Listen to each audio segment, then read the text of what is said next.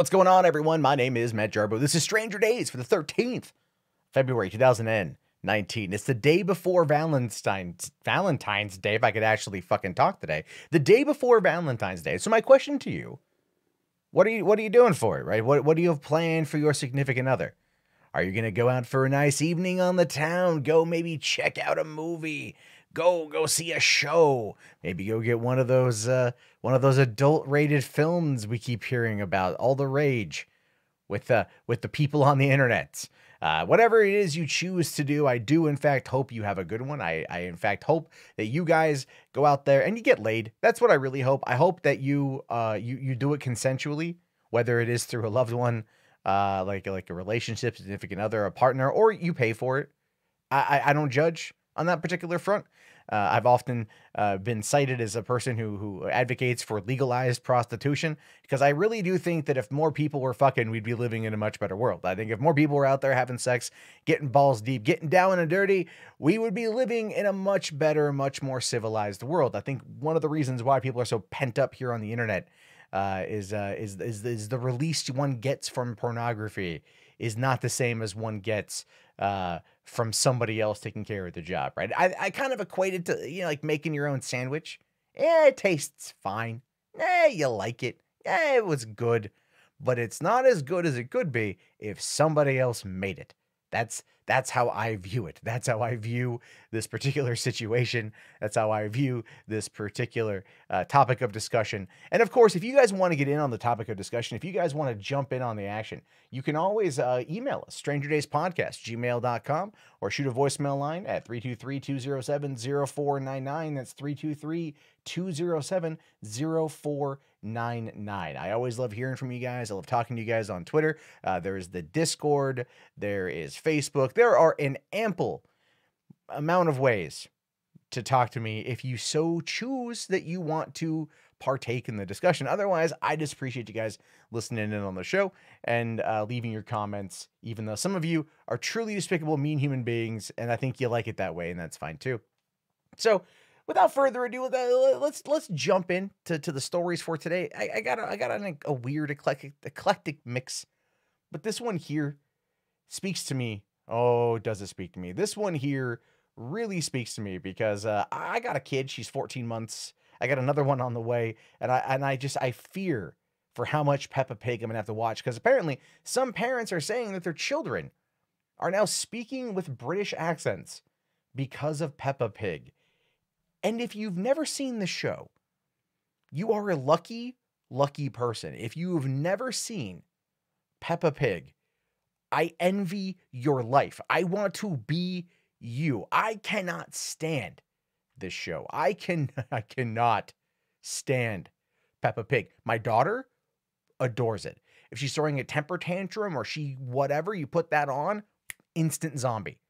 I don't like the way, I don't put it on for long, but she just immediately tunes to it. She immediately just fixates on it. And that's how you get her to calm down. That's how you get her to calm down. And now apparently parents are out there saying that their children who watch Peppa Pig are speaking with British accents. Now, if you don't know the characters of the show, that's fine. You've got Peppa, you've got George, you've got Mommy Pig, Daddy Pig, Grandma Pig, Grandpa Pig, and then also the same types of equivalents on the other. You also got Susie Sheep, who in my opinion is just a grade A cunt. I don't like the character Susie Sheep. She's terrible for Peppa as a best friend. For some reason, toxic relationships is one of the things that the show promotes. And I'm not even making that up either. Like, the amount of fat shaming in this show is insane to me. Daddy Pig's a big, rotund individual. He's a pig, for Christ's sake. But the amount of shit that they talk about his weight is just sad. It's fat shaming dad bods. And I thought we were past that, but apparently the show isn't. It began on British TV in 2004. But apparently now some parents on Twitter are calling are now talking about what they've deemed the Peppa Effect, where you've got kids that watch the show are saying like, "Mommy, Daddy, I'm Peppa Pig." You know, or like, jumping up and down in muddy puddles. If you know the show, you know what I'm talking about. That's like her favorite thing to do. It's like in every episode. The world could be ending. Apocalyptic fire could be raging down on the valley, and Peppa would solve it by just finding a muddy puddle and jumping up and down with it, because that's exactly what they do. But parents are coming out and saying that their kids are completely into it. Like this guy here, Paul R. LaMonica, says, my youngest son has recently become obsessed with Peppa Pig and has even adopted a fake British accent. Confession, so have I. And then Lee Wakna here says, my 3-year-old says tomatoes with a British accent. And of course, I know how she says it because I've listened to the show. I've heard Peppa Pig. I've lived in that world, and I try to find other shows. I legitimately try to find other shows that can work on that level. I've tried PJ Masks. I've tried Paw Patrol. She's too young. She doesn't get it. But Peppa Pig, you know what it is? It's the bright colors, I think, is what gets her attention. But see, there's another part of me too that's like kind of happy that it's Peppa Pig that she likes, because that feels like it's part of me. See, when I was growing up, my mom used to raise me on Friday night British comedies on PBS, where I'd watch Are You Being Served, Waiting for God, Faulty Towers, Monty Python, Black Adder, 1, 2, and 3. Watching all of these great British sitcoms is what I used to laugh at on the weekends with my mom. And to this day, I have friends of mine who come from England that have told me that my sense of humor is very British. And I think it's part of how I was raised. It's part of how I grew up. It's part of how I was molded. And so part of me, because that's such an important part of my childhood, is watching those shows with my mom. Part of me is kind of not super mad at this, because I'm like, oh yeah, no, I get it. Like, I get it. I get it. This is a situation where, you know, I'm kind of like, my daughter's into something that maybe I would have been at her age if I would have had access to the same thing. That part I get. But seriously though, guys, and I mean this legitimately as much as I possibly can. For the love of Christ, creators of Peppa Pig, tone down on the Daddy Pig fat shaming. Because it really, even my girlfriend's like, damn, they are just mean to Daddy Pig. This is another reason why we need to argue against institutionalized feminism. Because they would never say that about Mommy Pig. Oh, Mommy Pig, you're looking a little bit rotund in the gut there. Did you have one too many meals? Huh, Mommy Pig? You're looking a little fat in the belly. No one's gonna say that because everyone will lose their damn shit. But Daddy Pig, oh, Daddy's tummy, it's always big. No one ever says that's not nice to say to Daddy Pig. In a show that's meant to be teaching about sharing and all of these things aimed at children. Fat shaming ain't on the damn list. And I don't know about you, but I'm not a fan of that. They need to let that go. They just need to really let that go. Speaking of being let go, this is a weird story here. This is a weird story. A substitute teacher is now under fire for telling a class that Martin Luther King Jr. killed himself. The substitute teacher in Wake County also told a student at Rand Road Elementary School that his athletic gear was akin to prison attire. Here's the deal. Here's the deal with that. You never want to, like, you know, substitute teachers are never given any kind of respect. And I think it's because of people like this guy that they really aren't. Now this is a woman. This isn't a man. This is a woman who did this, right? She told a class of elementary school students that MLK killed himself. He wasn't assassinated. That bullet from across the way, he did it to himself. He bulwarked himself, essentially. She also is accused of telling kids that anyone who doesn't support Donald Trump was not a real Christian, and told one child that the athletic gear he wore to school was prison attire. Oh, yeah. No, Trump supporter. That makes sense. Look, I'm sorry for those of you out there who are Trump supporters that are legitimately intelligent and hear a story like this and go, why? But it does almost feel, to an extent, and you might be mad at me for saying this, but it does kind of feel that she's, like, I mean, she believes fake news. Like, somebody told her that MLK committed suicide, and she was like, that makes sense. And then she voted Trump, and you're like, yeah, that kind of lines up. I get it. Okay. Like, I get it. Again, not every Trump supporter is like that, but the ones that are like are gonna believe that. The ones that go around saying that if you don't support Donald Trump, you're not a good Christian. That's right. A grifting, adulterer, who frequently cheats people out of being paid because he doesn't pay people. And I don't want to make this a whole anti-Trump thing, but just kind of showcasing the hypocrisy that Trump is not God's chosen person. He's not. Oh, so here's when this went down. This happened last Friday during a music class. The sub, whose name is Elizabeth Temple, was apparently having a hard time getting the kids to settle down. Who, according to the father of the boy, who she singled out for wearing prison attire. Now, I want to know in her mind, in Elizabeth Temple's mind, what exactly is prison attire? Where does that sit? Where is that whole thing? Now, she was supposed to follow the lesson plan and just show a video to the students. That was it. That was her whole deal. She was just going to follow a lesson plan and show the kids a video, and that was going to be it, and that was going to be the end of the day. She didn't do that, though. She went on a different track. And she told the kids that Martin Luther King had committed suicide. Because, when dealing with a music class in an elementary school, the subject of MLK comes up quite often. Although I'm pretty sure it's MLK. Like, it was his birthday last month. Was this last month? I always forget. Now, the father of the boy says this to the news. Says, what book is she reading? And obviously it's not the right one. And for her to say this is to a classroom full of kids, giving them the misinformed information is just bogus. We can't afford to have anybody in the school system that is teaching this damaging rhetoric to kid, white or black. Now, what happens here in a Facebook post, instead of teaching music, the substitute constructed her own lesson plan that glorified President Trump and his love for God, country, and all Americans. He also says that the teacher found the need to comment on his son's appearance and the clothing he was wearing, and told his son and fellow class male peers of color that their clothing marked them for prison. All right, so not to invoke some Trump rhetoric here, but I almost feel like this is criminal levels of negligence in regards to the teacher. It just like, lock her up. Just get her away from children. She doesn't need to be there talking to kids. She doesn't need to be there dealing with this at all. She doesn't need to be there.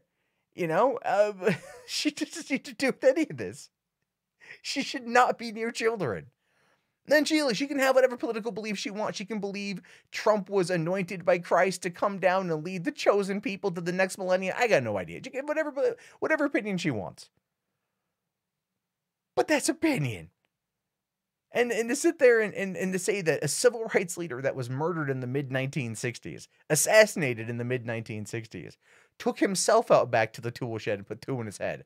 Like, that is not right. That is not okay. Now, the chief communications person for the Wake County Public School System did say this in response. The school has become aware of the students' concerns. Friday afternoon, as classes were ending, the principal and staff talked with as many students as possible before the day ended. Based on those conversations, the substitute teacher was contacted over the weekend and immediately resigned. She is no longer eligible to teach in that district, and that is a good thing. That is a very, very, very good thing.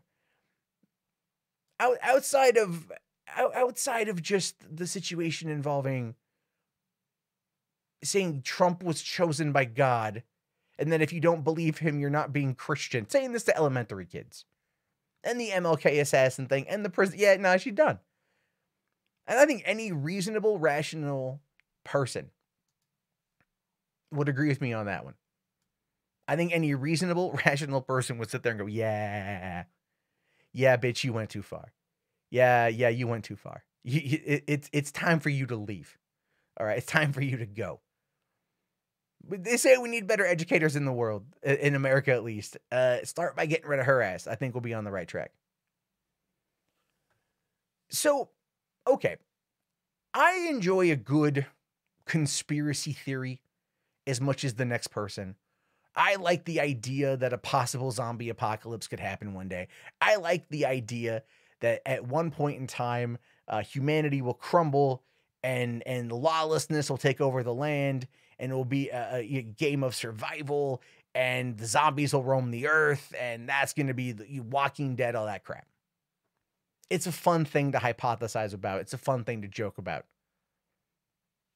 But we're in a weird situation now where apparently in 24 states, a zombie deer disease is happening, and it could spread to humans. Supposedly. 24 states, a zombie deer disease. This is real. This ain't an episode of The Walking Dead. This isn't something you might see on AMC. This is literally a thing. It's called the chronic wasting disease, or CWD. It's been reported in 24 states and 2 Canadian provinces. It infects deer, elk, and moose. Some are calling it the zombie deer disease because of its symptoms, but at this point, there is literally there's been no case studies in humans. Right? There's been no case studies in humans. There's no reason to fear the zombie deer disease impacting humans right now, but it could happen. It could happen here. Now, Michael Osterholm, the director for the Center for Infectious Disease Research and Policy, told lawmakers recently that the chronic wasting disease should be treated as a public health issue, saying that it is probable that human cases of CWD associated with the consumption of contaminated meat will be documented in the years ahead. It is possible that the number of human cases will be substantial and that these are not isolated events. Now, he was speaking to Minnesota's legislators while they were looking to, introduce bills that address the state's growing problems with CWD. And there's been some concern about how bad this should be for hunters, right? Who go out and kill deer. Do they need to have them tested first for CWD? And to give you an idea of just where in the United States these are being impacted, this is a map of the United States right here. We can see that Montana, Colorado is almost completely infected. Parts of North Dakota, Illinois, definitely, was it Michigan is hit, Wisconsin is hit, and some of the other states in there, even as going as far as parts of Texas and New Mexico, this disease shall travel. In fact, there are 35 cases in southeastern Minnesota, and that have been in farmed deer and wild deer since 2016. And that's just crazy. That is just absolutely crazy. Now, the CWC is again, it's a situation that people are worried about it impacting humans. Now, this is what it does to a deer. It's caused by a malformed protein or prion that infects animals' brains. And that's why they're calling it the zombie deer disease. Now, what it does, this is how it impacts the zombie. And imagine if this somehow became transmutated and ended up infecting a human and giving them the exact same situation. It kind of comes across a little bit like bath salts out of Florida. What it does is it's drastic weight loss, stumbling, lack of coordination, listlessness, drooling, lack of fear of people, and aggression. The sort of thing you would see like in a zombie show, essentially. The sort of thing you would see in a zombie show is what this thing puts out there. So think about it. If this got into the general populace and people were contracting this, they would be way more aggressive and they would have lack of coordination and they could just start attacking. Now, look, this is all hypothesis. This is all at this point in time, just fake news, fake story. It's all out there for whatever. But it could possibly spread through contaminated bodily fluids and tissue through environmental exposure, such as drinking food or water. And this is how scientists believe the CWC could make its way into the populace. And then who's to say after that whether or not it becomes a sexually transmitted disease? You never really know.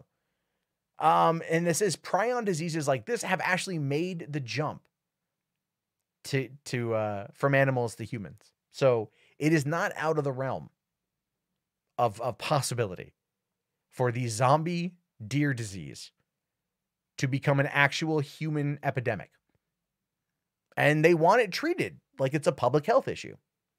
You know, just like all the measles outbreaks in southern Washington and in Portland, Oregon, because of unvaccinated idiots. With more and more people that aren't vaccinating themselves, something like this could happen. We're coming up on a time where people are just, I don't want to take care of myself. So they don't care. And they might end up finding themselves in a situation where they just get absolutely screwed by this disease. And I don't know if it's like life-threatening. I don't even know if there's a cure for it. All I know is something called the zombie deer disease exists. And it's happening in multiple states and in Canada. It's been around for a couple years, and they're worried that it's going to get worse. So maybe once The Walking Dead actually ends, AMC now has a new show to profit off of. Oh, man. Speaking of profiting, cancer drugs. Hugely profitable industry. Hugely profitable industry for the pharmaceutical companies that manufacture this stuff. But it's an insane cost on the people who need it. And that's why this story is absolutely terrible, because a porch pirate steals a boy's rare cancer medication. Porch pirates are pieces of shit. We all can agree. Porch pirates are absolutely bastards. Oh, there's a package on your doorstep. I'm going to go over and I'm going to take it. But in this case, it's a kid's cancer medication. What kind of like soulless cocksucker steals a kid's cancer medication? Now, to be fair, this guy didn't know what he was stealing. All right, the guy had no idea what he took. But this is some shit. Now, this guy was caught on camera, thankfully, stealing the package from the family in Nevada. And this what it is this kid named Gage Haynes was diagnosed with a rare cancer when he was just 6 months old. And now he takes 8 Rydapt pills for it a day. 8 pills a day for this cancer. It's called systemic mastocytosis. And it's a rare form of cancer. And it's been happening in this kid's whole life. And he's just at this point used to it. It's his reality. It's his norm. It's his parents' reality. It's their norm. But at the same point in time, life operates on a schedule. And if you disrupt that schedule, shit has a tendency of falling the hell apart. And that's kind of where we're at here. So the kid's fine when he's on the medication. He's been living with this for his whole life. That's good. It's saving his life. But he's also been in and out of the hospital his whole life. And his battle just got a little bit harder because of this package being stolen. And they got images of the guy here, right? They got images of the guy right here. I'll bring it up on the screen. You can see what this guy looks like. No real I mean, I can't tell. It looks like he might be African-American, could also be Caucasian. It could just be the lighting. No real identifying marks. Again, keep people like this who go in and steal this stuff. You know, they don't know what they're taking, obviously. But the guy just, he comes over just nonchalantly with a drink in his hand and just picks it up and he just walks away. You know, but he's got what is that? Is that a Redskins hat? I can't even tell. But this is a dude. Take a good look. This is a guy. Real piece of shit. You know, real piece of shit. And this is where it gets crazy, because this is where you find out more about this particular Rydapt pill. It's important to this kid's life. Gage's life depends on it, but it's also insanely expensive. Now, his father says, I worked really hard to get him that. I did financial assistance because it costs $40,000 a month because he's not under the age of 18 or over the age of 18. And it's not FDA approved. No, we talk a lot about healthcare, single payer healthcare in this country. We talk a lot about the whole thing, about the cost of healthcare, about what it actually costs to get the treatment you need. And this kid who's been on this pill for a long time, $40,000 a month for 240 pills on average. That's insane. Now, I have to give it up to the parents, though, at this point, because the parents have come out and they've said, They don't want any attention off of this. They're not trying to get a handout off of this. They're not trying to, get anyone to start a GoFundMe to pay for the medication. All they want is the medication back. The gauge here says it really helps me out a lot. I would feel a lot better so I can go to school, get good grades, get a job. Please return it. That to me shows you not only is this important, but he doesn't want to live his life as a victim. He doesn't want to be a victim. This is a kid. This is a kid who doesn't want to be a victim. He wants to go out there and he wants to do what he's going to do. He wants to get good grades, get a job, and he wants to stay alive. He wants to be healthy. And this pill, this fucking $40,000 a month medication is what's keeping him alive. And someone just came by and stole it. I understand, porch cams are great. Porch cams are awesome. What you need are motion detectors out there. That can help out. You get a little alert. There is something happening on your front porch. Bring it up. Oh, hey, someone is stealing my shit. Allow me to speak over the megaphone. Hey, Dickless, put it down now, or I'm calling the cops. And oftentimes they would probably leave and never come back. But as of this moment in time, the thief is currently unidentified, and the family is hoping somebody will recognize him. And then the dad's also working with the pharmaceutical company to try to get assistance for the kid.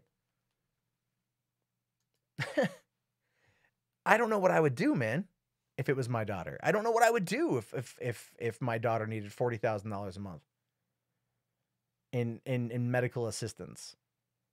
Actually, I probably would start doing a lot of those real clickbait top 10 videos. That's what would happen. But no, really, in reality, what do you do? What do you do in that moment in time? Trying to protect your kid. It's just and the thing is, the pharmaceutical company, they got no reason to help out. They got no reason to give anything away. I just hope he gets it back. I just hope he gets taken care of, because that's so wrong on so many goddamn levels. So finally today, guys. Finally today, we got this story that I get a little bit annoyed when I talk about YouTubers and the game, because everyone plays the game. I play the game. Everyone plays the game. The game is what it is. And it's generally not so much. I think most people realize that a lot of YouTube is simply for your entertainment. It's not real. It's as manufactured and drama-based as humanly possible.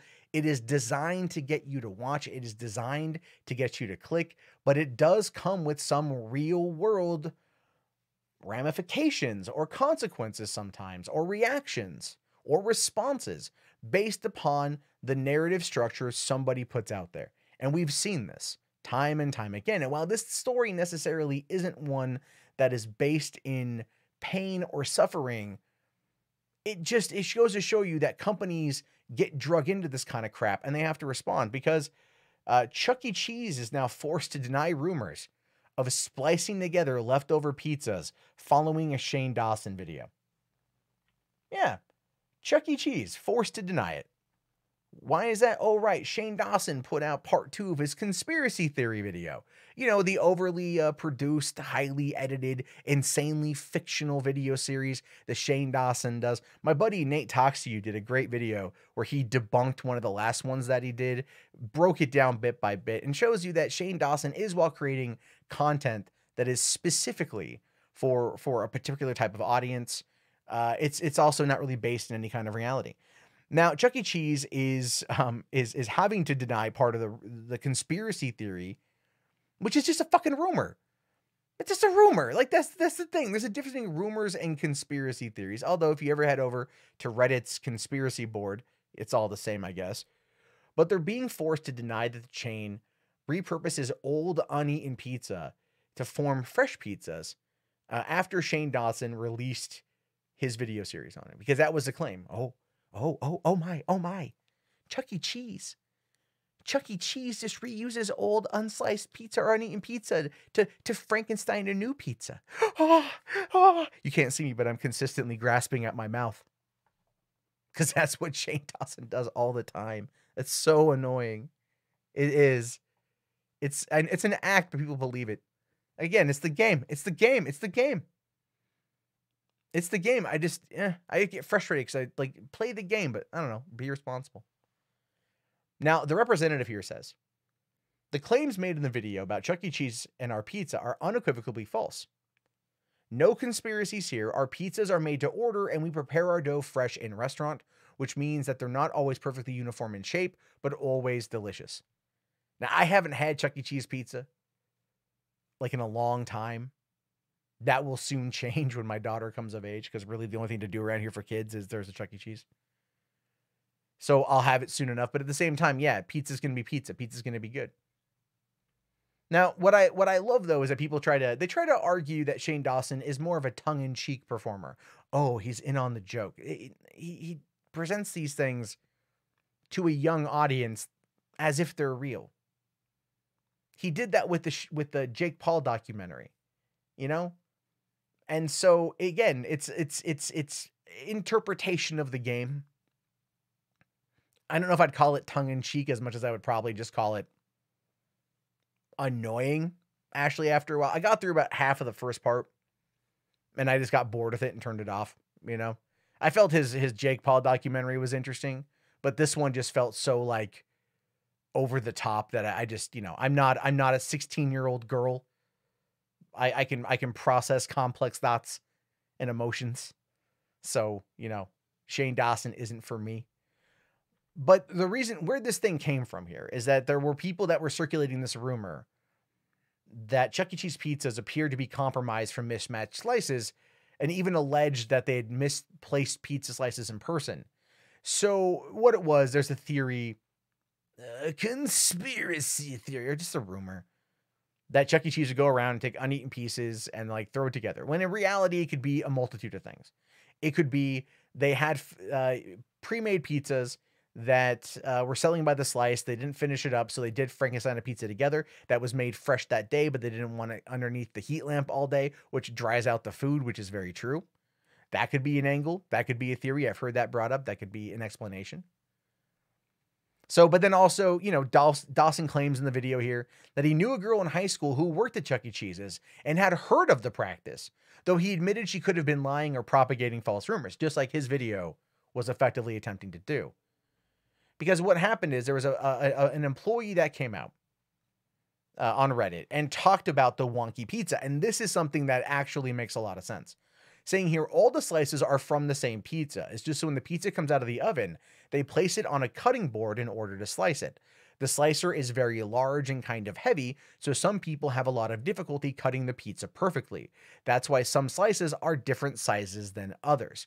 After the pizza is done being cut, the cook slides it onto a tray to carry out to the guests. It's when the pizza is being slid off the cutting board and onto the tray where it gets kind of wonky looking. And that's true. I've, you know, worked with pizza before, and that can happen sometimes. And it's also, if you are using the pizza cutter and it's an older model, or it's a big bulky one, or you're just not familiar with cutting it, you're like a new employee.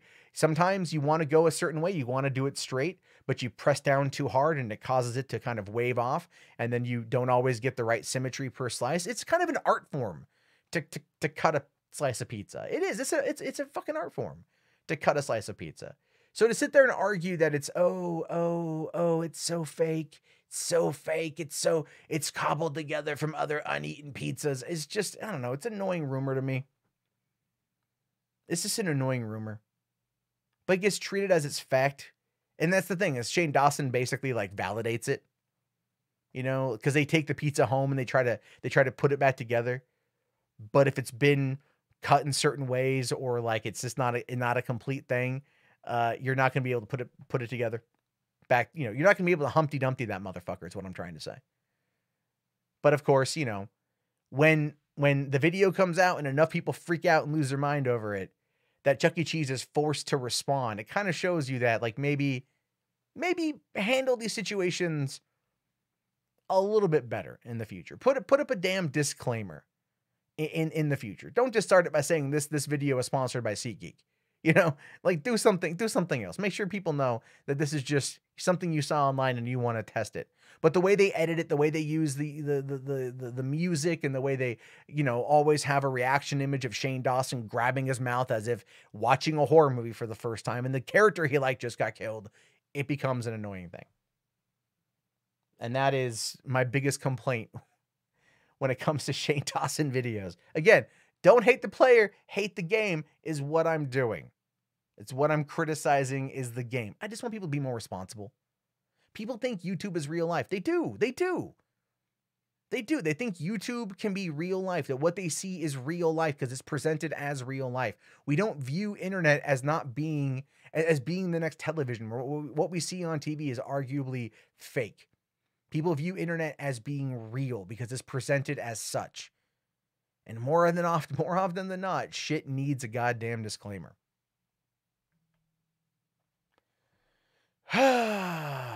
Yeah. I don't know. That one got under my skin a little bit. I wish more people were more responsible. I do. I think we all need to be more responsible. 100%. But that actually wraps up the stories I got for you guys today. The 5 different stories I got for you guys today. I hope you guys enjoyed it. I really do hope you have questions and you have comments, and you can always contact us at strangerdays.podcast@gmail.com.